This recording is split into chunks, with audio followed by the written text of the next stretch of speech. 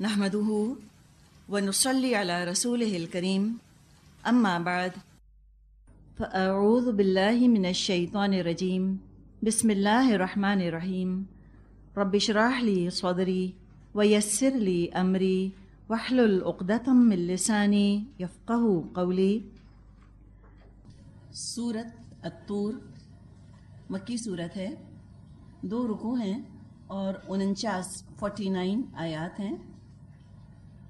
طور عبرانی زبان میں، ہیبرو لینگویج میں ایسے پہاڑ کو کہتے ہیں جس پر درخت اگتے ہوں، یعنی کہ سرسبز قسم کا پہاڑ۔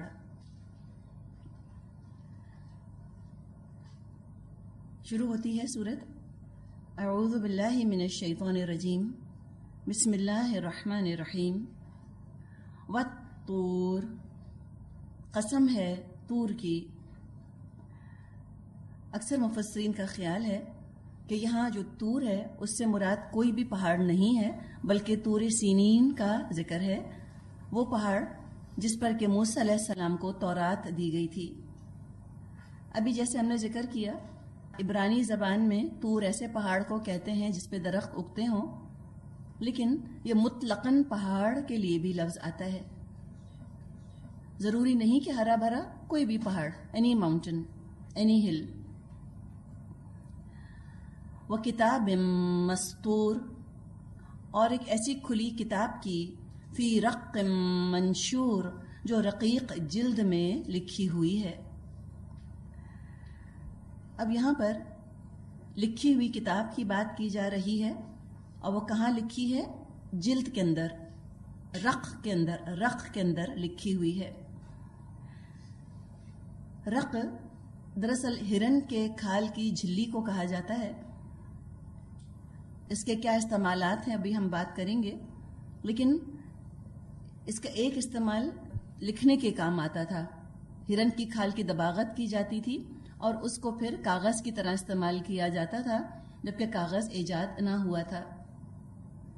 مصر میں دراصل انہوں نے کچھ ریڈز وغیرہ ملا کر اور ایک چیز بنائی، لکھنے کا مٹیریل بنایا، جس کو کہ پیپرس انہوں نے کہا۔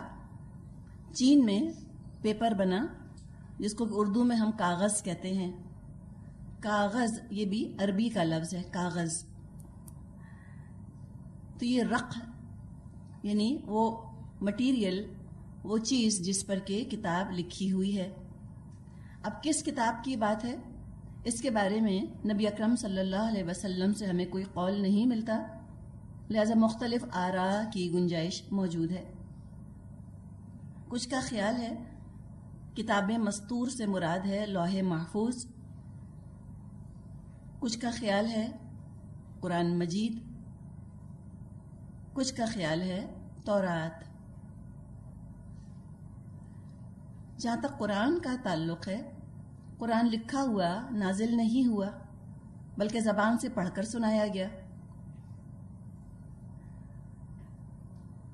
اور طور کی مناسبت سے مفسرین کا خیال ہے کہ زیادہ امکان اس بات کا ہے کہ یہاں تورات مراد ہو، کتاب مستور سے تورات۔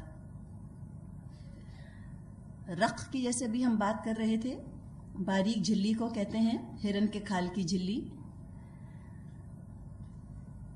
جب قرآن پاک نازل ہوا تو کاغذ ایجاد ہو چکا تھا، اگرچہ بہت نایاب تھا، بہت ریئر تھا۔ قرآن جن جن چیزوں پر لکھا گیا ان میں اونٹ کے شانے کی ہڈی آتی ہے، اسکیپولا، شولڈر بلیڈ، اور مختلف جیسے کھجور کی چھال پر لکھا گیا، اس قسم کی چیزوں پر قرآن لکھا گیا۔ تورات جب نازل ہوئی اس وقت تک کاغذ نہ بنا تھا، بلکہ تورات زیادہ تر بھیڑ، بکری، خاص طور پہ ہرن کی کھال کی دباغت سے جو مٹیریل بنتا تھا اس پر تورات لکھی گئی۔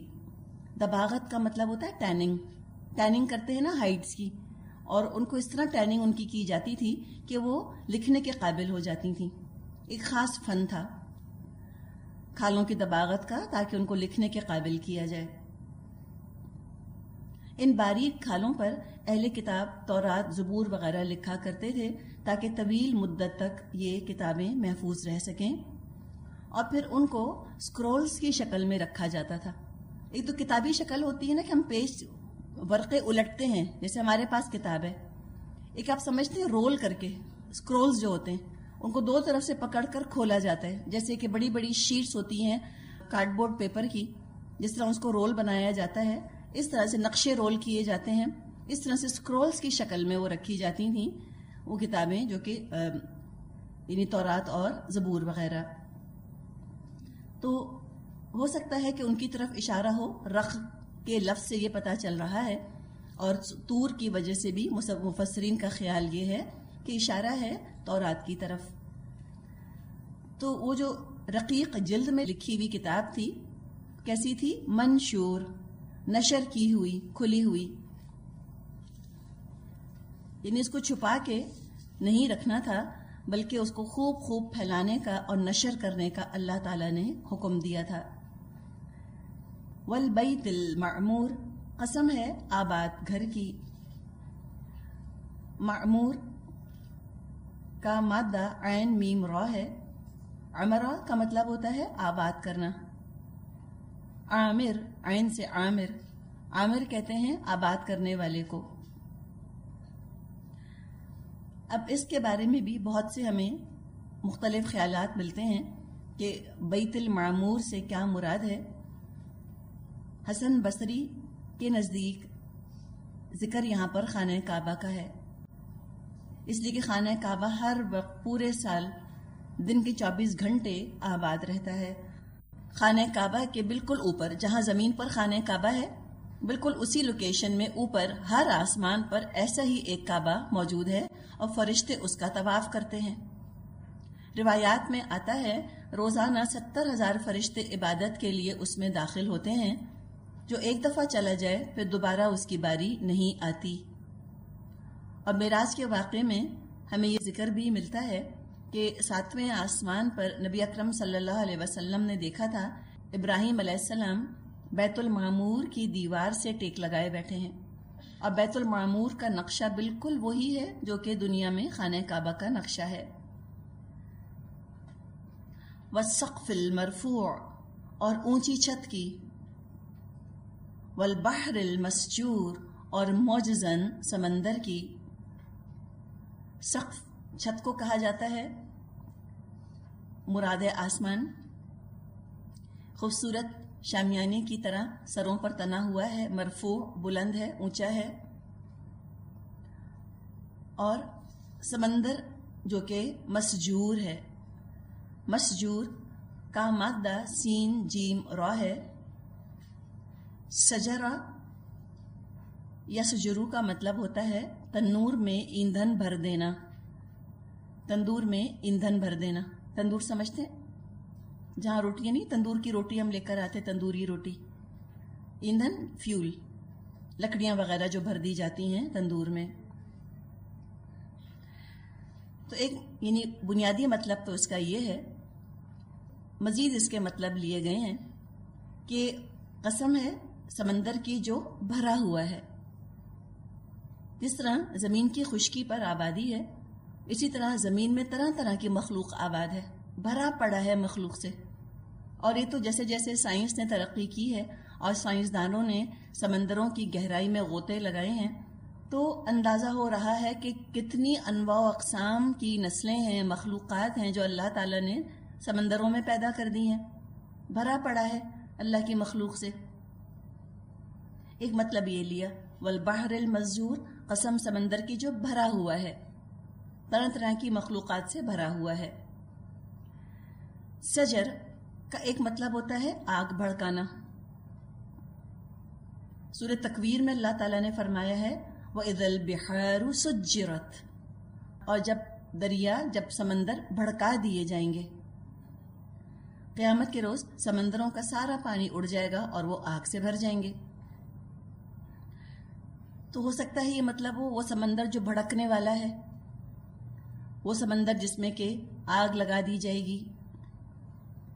واللہ عالم، اللہ بہتر جانتا ہے کیا مطلب ہے ان الفاظ کا، حتمی مطلب تو اللہ کے رسول کے علاوہ کوئی نہیں جانتا، لیکن جو لوگوں کی آراء تھیں وہ آپ کے سامنے رکھ دی گئیں۔ علی رضی اللہ عنہ سے کسی یہودی نے پوچھا کہ جہنم کہاں ہے؟ آپ نے فرمایا سمندر میں۔ وہ یہودی عالم تھا، اور جب یہ جواب دیا علی رضی اللہ عنہ نے اس کو، تو اس نے ان کی بات کی تصدیق کی۔ اب اللہ عالم یہ کیا ہوگا، جہنم کہاں ہوگی، کیسے ہوگی، اللہ بہتر جانتا ہے۔ ہمارا کام کیا ہے؟ ہم پناہ مانگیں۔ وہ آسمان پر ہو، وہ زمین پر ہو، وہ کہیں بھی ہو، وہ گیلیکسی کے کسی حصے پہ ہو، جہنم تو جہنم ہے نا۔ اس کی لوکیشن سے ہمیں کیا مطلب؟ اس کی لوکیشن سے نہ اس کی سختی میں فرق آ جائے گا، نہ اس کی گرمی میں، نہ اس کی آگ میں کوئی نرمی آ جائے گی، تو ہمیں تو جہنم سے پناہ مانگنی ہے۔ اب یہ قسمیں کھا کے جو بات کہی گئی، فرمایا ان عذاب ربک لواقع، بے شک تیرے رب کا عذاب ضرور واقع ہونے والا ہے۔ یہ بات بتا دی گئی اتنی ساری قسموں کے بعد۔ اب ذرا سا یہاں رک کے تھوڑا سا ان قسموں کو اگر ہم دیکھ لیں اور اپنی طرف سے ہم ذرا سا ریلیٹ کرنے کی کوشش کریں، طور اور کتاب اور بھرا ہوا گھر اور اونچی چھت اور سمندر، تو یوں سمجھیں کہ جو اللہ کے ایسے بندے ہوتے ہیں جو چاہتے ہیں کہ اللہ کے عذاب سے وہ محفوظ رہیں، اللہ کے عذاب سے محفوظ رہنے کے لیے انسان کو پہاڑوں جیسی استقامت چاہیے ہوتی ہے، اور وہی لانے والے رسولوں سے محبت، وہ بھی ضروری چیز ہے، اور اللہ کی جو کتاب ہے اس کی حفاظت کا ذریعہ اس کا پڑھنا پڑھانا، اس کے مطابق عمل کرنا ہے۔ تو کتاب کے ساتھ پختہ تعلق، یہ چیز بھی اللہ کے عذاب سے بچانے والی ہوگی، اور اللہ کے بتائے ہوئے طریقوں سے عبادت کرنا، خانہ کعبہ کو آباد رکھنا، حج اور عمروں کے ذریعے سے مسجدوں کو آباد رکھنے والے لوگ، وہ بھی انشاءاللہ اللہ کے عذاب سے بچیں گے، اور یہی لوگ ہوں گے جو جنتوں کو آباد کریں گے۔ حدیث میں جو مضمون آتا ہے کہ 7 کیٹیگریز ہوں گی قیامت کے دن جو اللہ کے عرش کے سائے میں ہوں گی۔ جب کوئی سایہ نہ ہوگا وہ اللہ کے عرش کے سائے میں ہوں گی۔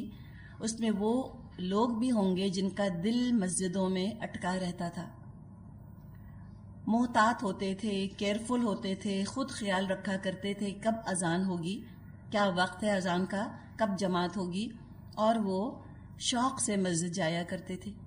تو یہ 5 وقت مسجد میں نماز پڑھنا احتیاط کے ساتھ، خیال کے ساتھ، یہ عمل کافی ہے کسی کو جنت میں پہنچانے کے لیے اور حشر کے میدان کی سختیوں سے انسان کو بچانے کے لیے۔ اور جو یہ سارے کام نہیں کرتے، جو بالکل لاپرواہ ہیں، اللہ سے بھی، اللہ کی کتاب سے بھی، اللہ کے گھر سے بھی، اللہ کے کلام سے بھی، اللہ کی نشانیوں آیات سے بھی، ان پر تو اللہ کا عذاب واقع ہونا ہی ہونا ہے۔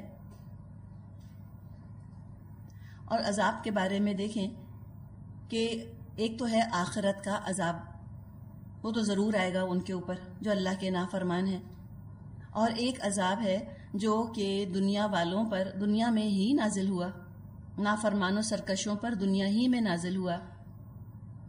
یہی آسمان جو ہر آفت سے انسان کو بچاتا ہے، اس سے عذاب برسا۔ اللہ کی کتاب کے ساتھ لاپرواہی برتنے والوں کا یہی انجام ہوا کرتا ہے۔ جبیر بن مطعم رضی اللہ عنہ فرماتے ہیں، میں مسلمان ہونے سے پہلے ایک مرتبہ مدینے آیا تاکہ نبی اکرم صلی اللہ علیہ وسلم سے بدر کے قیدیوں کے متعلق گفتگو کروں۔ تو وہ آئے تاکہ بدر کے قیدیوں کے بارے میں وہ گفتگو کریں۔ فرماتے ہیں میں پہنچا تو آپ صلی اللہ علیہ وسلم مغرب کی نماز میں سورہ طور پڑھ رہے تھے اور آواز مسجد سے باہر تک آ رہی تھی۔ جب یہ آیت آپ نے پڑھی، ان عذاب ربک لواقع ما لہ من دافع، کہ تیرے رب کا عذاب ضرور واقع ہونے والا ہے جسے کوئی دفع کرنے والا نہیں، تو کہتے ہیں کہ اچانک میری یہ حالت ہوئی گویا میرا دل خوف سے پھٹ جائے گا، اتنا ان کو ڈر لگا۔ یہ ہے نا انذار، اور انذار حقیقتاً وہی کر سکتا ہے جس کا خود دل ڈرتا ہو۔ جو خود نہیں ڈرتا قرآن پڑھتے ہوئے، جس کا اپنا دل نہیں کانپتا قرآن پڑھتے ہوئے، وہ کیا انذار کرے گا؟ اور سب سے زیادہ تو نبی اکرم صلی اللہ علیہ وسلم اللہ سے ڈرنے والے تھے، سب سے زیادہ متقی تو آپ تھے۔ اور آپ جب یہ آیات پڑھتے ہوں گے تو کیا تاثر ہوتا ہوگا، کیا کیفیت ہوتی ہوگی۔ اور جبیر بن مطعم یہ کوئی ایسے نہیں تھے کوئی کمزور دل والے انسان۔ مشرکین عرب، مشرکین مکہ بڑے بہادر تھے، بڑے شیر دل تھے، اور وہ جب کہہ رہے ہیں کہ مجھے اتنا ڈر لگا، اتنا ڈر لگا کہ لگنے لگا جیسے خوف سے دل پھٹ جائے گا، تو کیا وہ تاثیر ہوگی۔ اپنی فکر پڑ گئی، قیدیوں کو تو بھول گئے، خود اسلام قبول کیا۔ کہتے ہیں مجھے اس وقت یہ محسوس ہو رہا تھا کہ میں اس جگہ سے ہٹ نہ سکوں گا کہ مجھ پر عذاب آ جائے گا۔ اتنا ریئل امپیکٹ جو ہے وہ ان کے اوپر ہوا۔ عمر رضی اللہ عنہ ایک دفعہ سورہ طور پڑھ رہے تھے، اس آیت کو جب انہوں نے پڑھا تو ایک خاص تاثر بعض دفعہ ہوتا ہے نا، جیسے ابھی ہم نے بات کی تھی قرآن کی کہ بعض مقامات پر سے آپ کبھی ایسے ہی گزر جاتے ہیں، اور بعض دفعہ وہی مقام ایک خاص تاثیر انسان پر چھوڑ دیتا ہے۔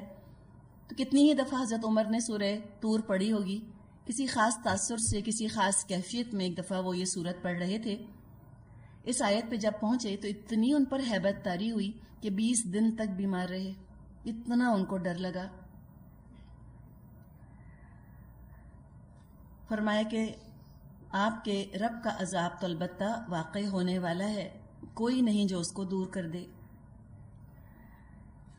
کس دن آئے گا؟ آخرت کا ذکر اب آ رہا ہے۔ یوم تمور السماء مورا، وہ اس روز واقع ہوگا جب آسمان بری طرح ڈگمگائے گا۔ مور عربی زبان میں گھومنے کو، چکر کھانے کو، بار بار آگے پیچھے ہونے کو، حرکت کرنے کو کہتے ہیں۔ مارا یمورو جیسے ماجا یموجو استعمال کیا جاتا ہے، لہرانا، لہریں ہوتی ہیں نا، ویوز، ماجا یموجو موج، اسی طرح مارا یمورو ہے، لہرانا، لڑکھڑانا، چکر کھانا۔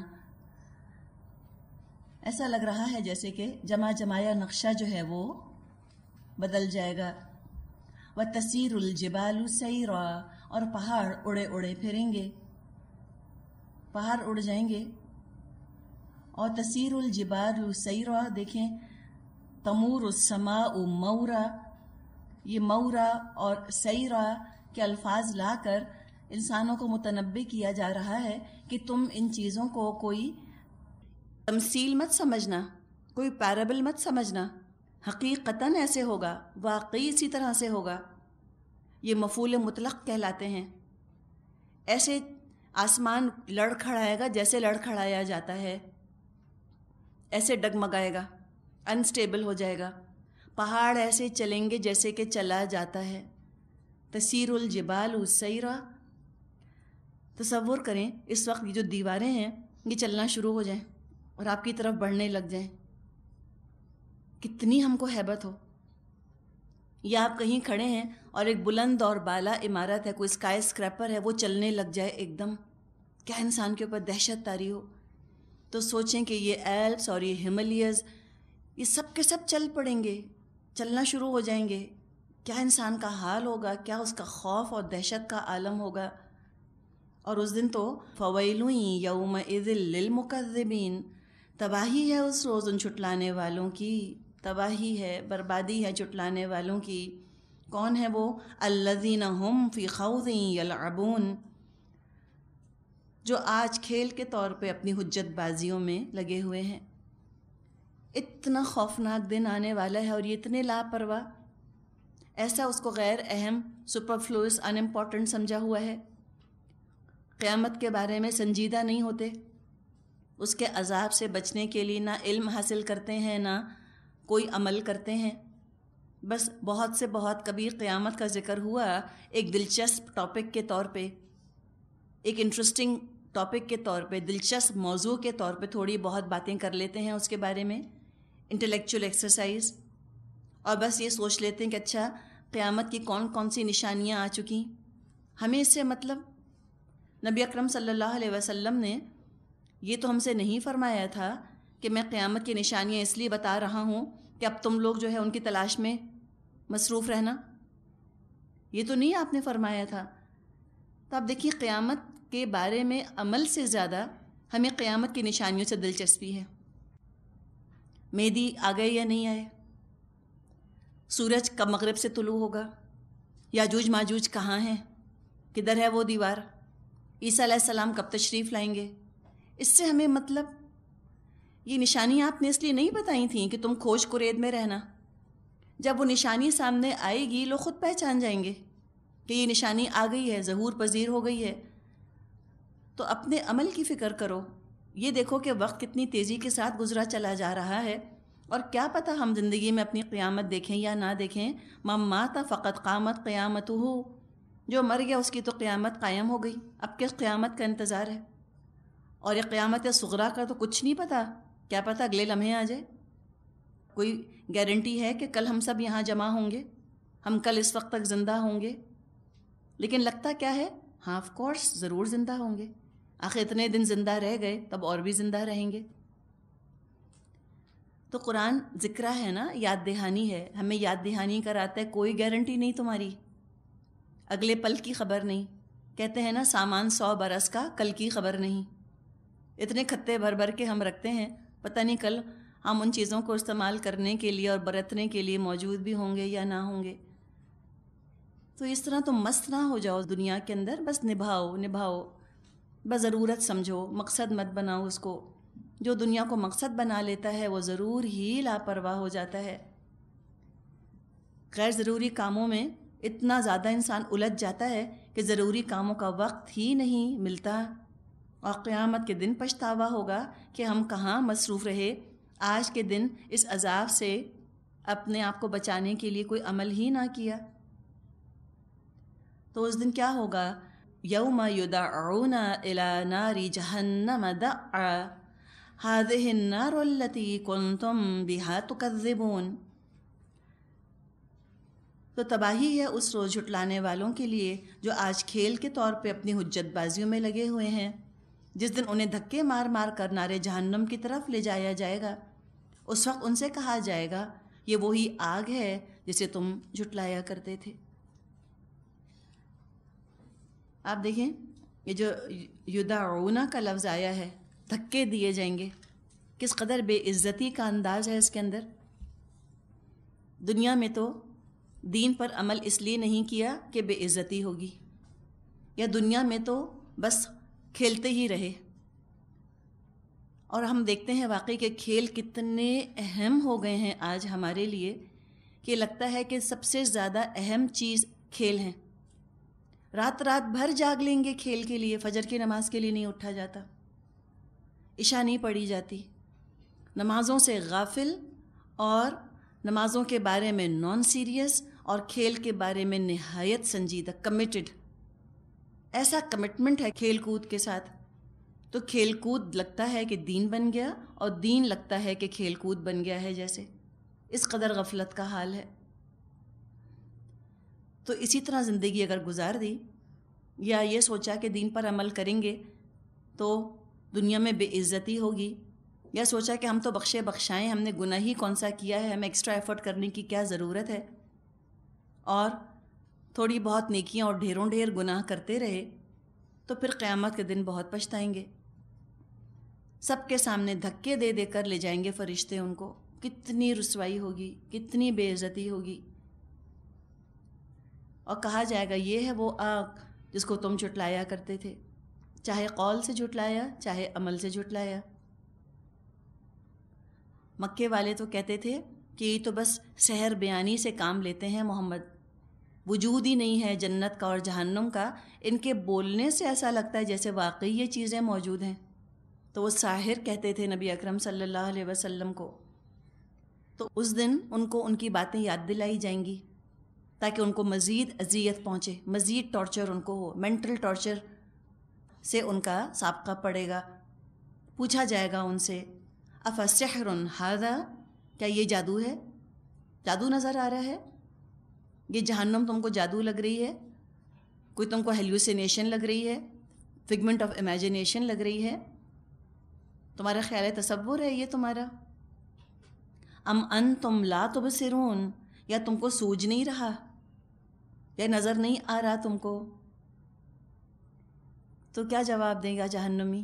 کچھ بھی نہ کہہ سکے گا سوائے پچھتانے کے اور اپنی انگلیاں چبانے کے اور کہنے کے کہ اللہ ایک دفعہ، بس ایک دفعہ لوٹا دے، اللہ ایک دفعہ لوٹا دے، اب نہیں کروں گا گناہ، اب لاپرواہ نہیں ہوں گا، اب کمپلیسنٹ نہیں ہوں گا، اب میں مسجدیں آباد کروں گا، اب میں اللہ تیری کتاب کا حق ادا کروں گا۔ دنیا کی زندگی واقعی جادو کر دیتی ہے نا ایک طرح سے۔ دنیا ہے ہی بہت بڑی جادوگرنی، ایسا مست کر لیتی ہے اپنے اندر۔ ہر عمر کا الگ فتنہ ہے اس کا۔ جب انسان جوانی میں نیا نیا قدم رکھتا ہے تو غفلت ہی غفلت ہوتی ہے، عمر کا تقاضا، کچھ ہارمونز اور یہ احساس اور اپنی جوانی کا یہ غرہ کہ ابھی تو ہم ینگ ہیں۔ You are only young once, I am too young to be religious. وہ کسی نے کہا تھا نا کہ God gave me guidance but not yet, Allah مجھ کو ہدایت دے دے لیکن ابھی نہیں، جلدی کیا ہے۔ تو یہی احساس ہوتا ہے۔ اگر والدین دینی مزاج کے ہوتے ہیں تو بچے کہتے ہیں کہ ہم جب آپ کی عمر کو ہو جائیں گے تو ہم بھی ایسے ہی ہو جائیں گے، ابھی کیا جلدی ہے، ابھی تو یہ بھی کرنا ہے، ابھی تو وہ بھی کرنا ہے۔ پھر وہ اور جوانی کو کہتے ہیں نا دیوانہ پن، جوانی تو خود دیوانی ہوتی ہے۔ کسی نے کہا ہے کہ youth is a madness curable by old age, اس دیوانے پن کا علاج صرف بڑھاپا ہے۔ لیکن جب انسان اپنی جیسے کہ 20s میں آتا ہے تو اور ہی طرح کی غفلت ہوتی ہے، کچھ اور ہی چیزیں ہیں جو اپنے اندر انسان کو مست اور محو کر لیتی ہیں۔ عمر بڑھتی ہے تو جوانی میں یہ خیال آتا ہے کہ ابھی تو اور چیزیں بہت اہم ہیں، ابھی تم کو بچے پالنے ہیں، ابھی تو کریئر بنانا ہے، ابھی تو گھر بنانا ہے، اور اتنی مصروفیتیں ہیں۔ دین کا کیا ہے، ابھی 40 کے ہوں گے تو کر لیں گے۔ اور جب وہ 40 کے ہوتے ہیں تو خیال آتا ہے کہ اب تو میرے گھٹنے بھی کام نہیں کرتے، وہ بڑھاپا اتنا آ گیا تو اللہ ویسے ہی مجھ پہ مہربان ہوگا، اب تو مجھ سے ہوتا ہی نہیں، اب تو بلڈ پریشر بڑھ گیا ہے اور میں بلڈ پریشر کی گولی کھا کر سوتی ہوں تو فجر کے لیے آنکھ میری کیسے کھلے گی۔ تو ایک کے بعد ایک آپ دیکھیں، ہر عمر کا ایک فتنہ ہے دنیا کا، ہر عمر کے لیے اس نے اپنا ایک چلتر تیار کیا ہوا ہے، اپنا ایک میجک پوشن تیار کیا ہوا ہے اس دنیا نے، کسی عمر والے کو نہیں چھوڑتی۔ ہر ایک کی ذہنیت کے حساب سے، ان کی سائیکی کے حساب سے، نفسیات کے اور عمر کے اور دلچسپیوں کے حساب سے اس نے اپنے اپنے جال تیار کیے ہوئے ہیں۔ ہر ایک کو پھانسنے کی کوشش کرتی ہے، اور اس دنیا کے اس جال سے اگر نجات حاصل کرنی ہے تو وہ صرف وہ چیزیں ہیں جن کا ذکر شروع میں کر دیا گیا، اللہ کی کتاب، مسجدوں کو آباد کرنا، نمازوں کا خیال کرنا، اور استقامت اور ثابت قدمی اور آخرت پر اپنا فوکس رکھنا۔ لیکن جو اس کا شکار ہو گئے، جو دنیا کے جال میں آ گئے، ان کو تو دین کی باتیں ہی انبلیویبل لگتی ہیں، ناممکن لگتی ہیں۔ کہتے ہیں نہیں نہیں، اللہ نہیں جہنم میں ڈال سکتا، ہو ہی نہیں سکتا، وہ تو 70 ماؤں سے بڑھ کے محبت کرتا ہے، وہ کہاں ہمیں آگ میں ڈالے گا۔ لہٰذا اللہ کی رحمت کو اللہ کی مجبوری سمجھنے لگتے ہیں۔ اب کیا ہوگا قیامت کے دن؟ کہا جائے گا نظر آ رہا ہے کہ نہیں ہے نا یہ جہنم، جادو لگ رہی ہے تم کو یا حقیقت لگ رہی ہے؟ کوئی مراج تو نہیں ہے یہ کوئی تمہارا یہ کوئی سراب تو نہیں ہے، حقیقت ہے۔ اب کیا کرو؟ اس لوحہ داخل ہو جاؤ، اس میں بھنو، اس کے اندر اب روسٹ ہوگے تم اس میں۔ فَاصْبِرُوا أَوْ لَا تَصْبِرُوا سَوَاءٌ عَلَيْكُمْ إِنَّمَا تُجْزَوْنَ مَا كُنْتُمْ تَعْمَلُونَ۔ اس کے اندر تم خواہ صبر کرو یا نہ کرو، تمہارے لیے یکساں ہے، تمہیں ویسا ہی بدلہ دیا جا رہا ہے جیسے تم نے عمل کیے تھے۔